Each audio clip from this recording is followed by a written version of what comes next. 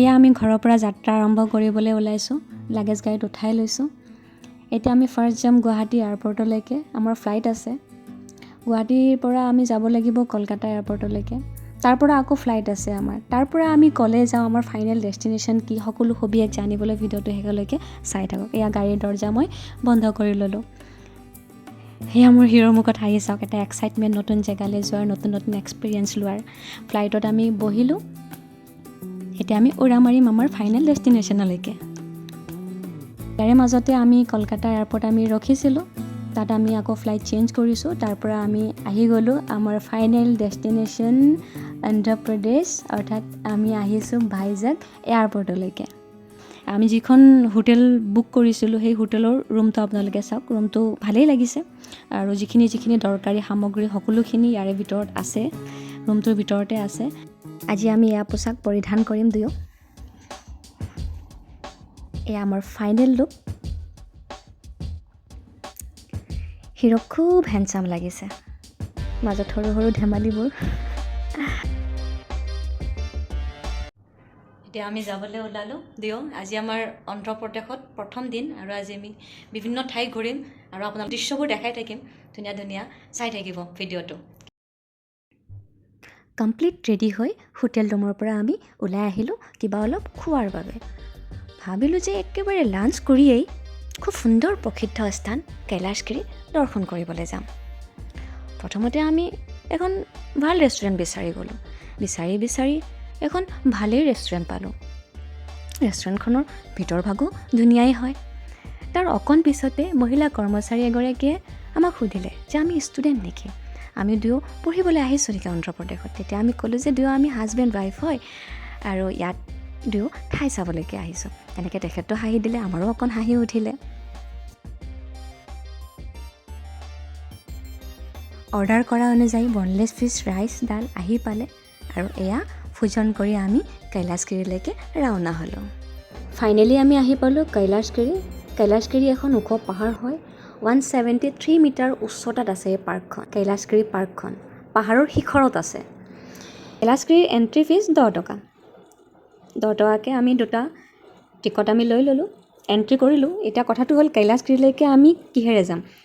আমি ডিচাইড কৰিলোঁ যে আমি ৰ'পৱে হৈ যাম। 150কৈ আমি দুটা টিকট ল'লোঁ, ৰ'পৱেৰ টিকট।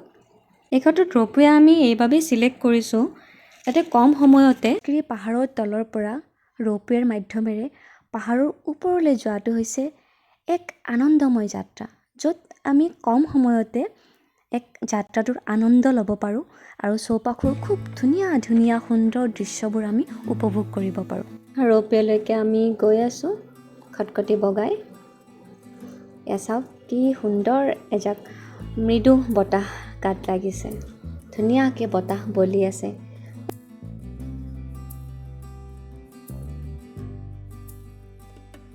সাগৰ,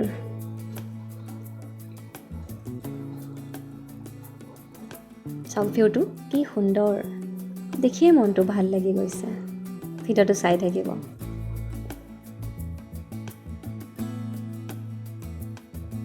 ৰ'পৱেৰে ভিউৰ সোৱাদটো খুব ধুনীয়াকৈ ল'ব পাৰি। য'ৰ পৰা বিশাখাপট্টনম চহৰখনৰ দৃশ্য খুব ধুনীয়াকৈ দেখিবলৈ পোৱা যায়। ইয়াৰ পৰা আপুনি উপভোগ কৰিব পাৰিব ধুনীয়া ধুনীয়া চিনাৰিজ।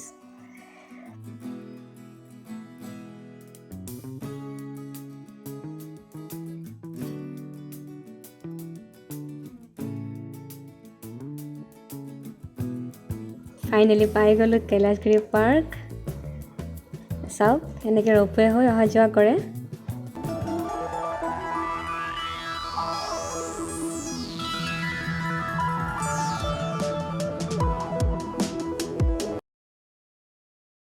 ইয়াত টয় ট্ৰেইন চলে।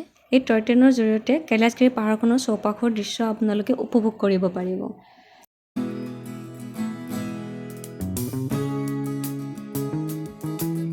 এয়া হৈছে চিলড্ৰেনৰ বাবে আছে। মই অকণ ধেমালি কৰিলোঁ, চিলড্ৰেনে ইয়াতে খেলিব পাৰিব।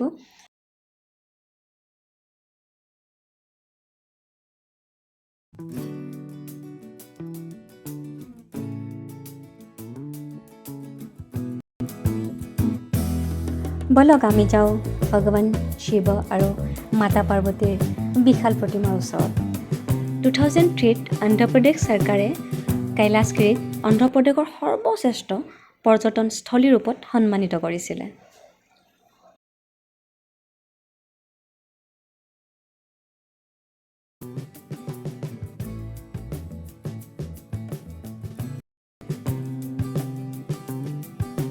ওৱান 173 মিটাৰ উচ্চতাত থকা এই কৈলাশগিৰি পাৰ্কৰ প্ৰধান আকৰ্ষণ হৈছে 40 ফিট ওখ ভগৱান শিৱ আৰু দেৱী পাৰ্বতীৰ বিশাল প্ৰতিমূৰ্তি, যি দেখিলে মন প্ৰাণ ভক্তিভাৱত বিলীন হৈ যায়। ভগৱান শিৱ আৰু দেৱী পাৰ্বতীৰ এই বিশাল প্ৰতিমূৰ্তিৰ কাৰণে এই পাহাৰখনৰ নাম কৈলাশগিৰি হৈছে।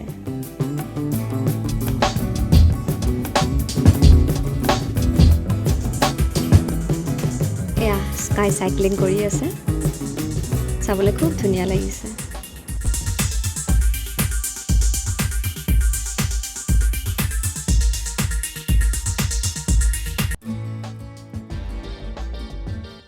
এইটো এটা খুব ধুনীয়া ভিউ পইণ্ট। চাওক পাৰ্কখন কিমান ধুনীয়া, চৌপাশ সেউজীয়া। এনেকৈ সেউজীয়াবোৰ দেখি মন প্ৰফুল্লিত হৈ পৰিছে। এই পাৰ্কখনত নানা প্ৰকাৰৰ গছ গছনি দেখি নিজকে প্ৰকৃতিৰ সৈতে সংযুক্ত হোৱা যেন অনুভৱ হৈছে।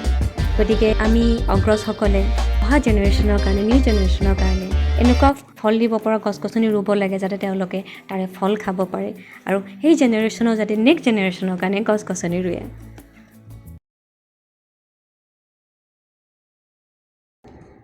প্ৰাকৃতিক সৌন্দৰ্যত মন প্ৰাণ বিলীন হৈ গৈছে। তেনেতে দেখিলোঁ এটা কেৰ্কেটুৱা। কেৰ্কেটুৱাটোৰ সৈতে অকণ খেলিবলৈ ল'লোঁ। ওচৰত গ'লেও ই ভয় নাখায়, এয়া কিবা খাই আছে। চাবলৈ যে কি মৰম লাগিছে।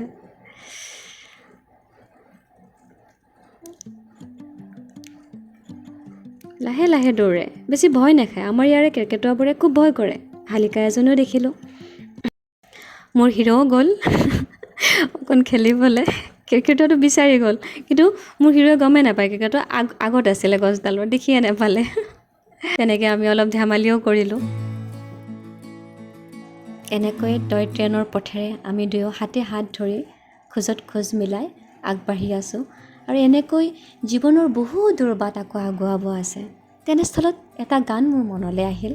গানটো অকণমান গুণগুণাই দিছোঁ। तुमसा मिले जो कोई रह गुजर दुनिया से कौन डरे, 4 कदम क्या सारी उम्र चल दूंगी साथ तेरे। গৰমত ঘামি গৈছে ঘূৰি ঘূৰি। কেনেকুৱা লাগিল আহি? বঢ়িয়া।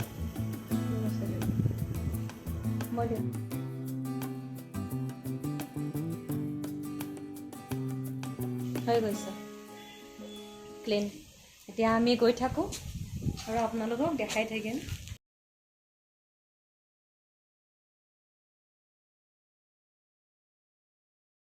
ভাবিলোঁ যে হৰ্চ ৰাইডিং কৰোঁ। ঘোঁৰাটোৰ ওচৰলৈ গ'লোঁ, খুবেই মৰম লাগিল ঘোঁৰাটো, অকণ মৰম কৰিলোঁ। তাৰপাছত ঘোঁৰাৰ গৰাকীক সুধিলোঁ যে কি খুৱাই, কেনেদৰে যত্ন কৰে। তাৰপিছত অকণমান হৰ্চ ৰাইডিং।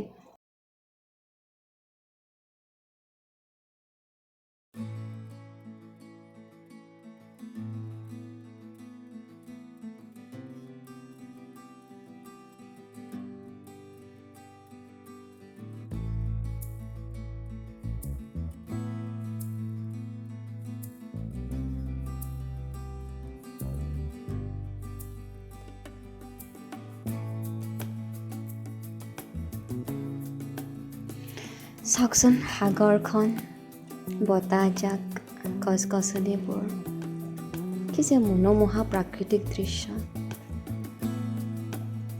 মোৰ হিৰোৱে এছাৰকে প'জ দিলে।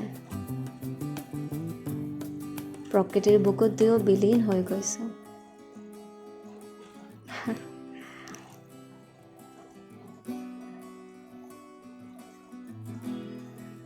চাই থাকক ইয়াৰে দৃশ্যবোৰ।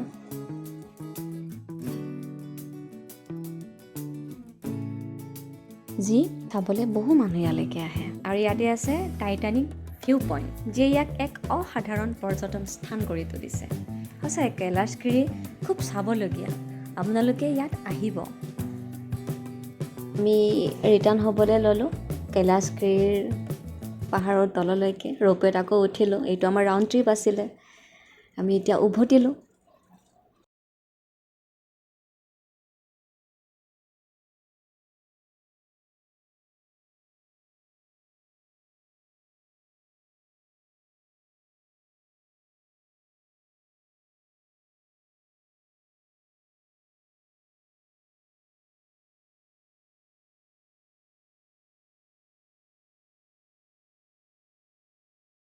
কৈলাশগিৰিৰ খুব ধুনীয়া ধুনীয়া দৃশ্যবোৰ উপভোগ কৰি এতিয়া যাম জাগাদাম্বা চেণ্টাৰলৈকে। খুব বিজি এৰিয়া হয় এইটো, তাত ডাঙৰ ডাঙৰ মল ইত্যাদি আপোনালোকে দেখিবলৈ পাব। ভিডিঅ'টো চাই থাকক।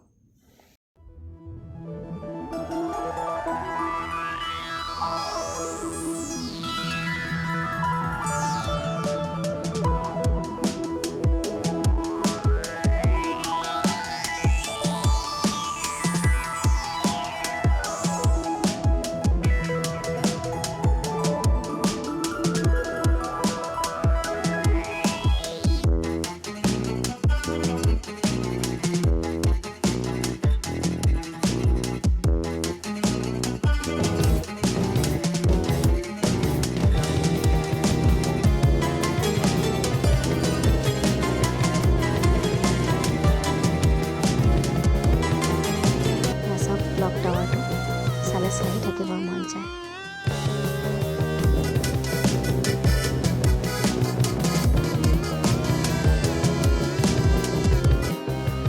এনেকৈ জাগাদাম্বা চেণ্টাৰ চাই ডিনাৰ কৰিবলৈ ৰেষ্টুৰেণ্ট এখনলৈকে গ'লোঁ। ডিনাৰ কৰি হোটেললৈ আহিলোঁ।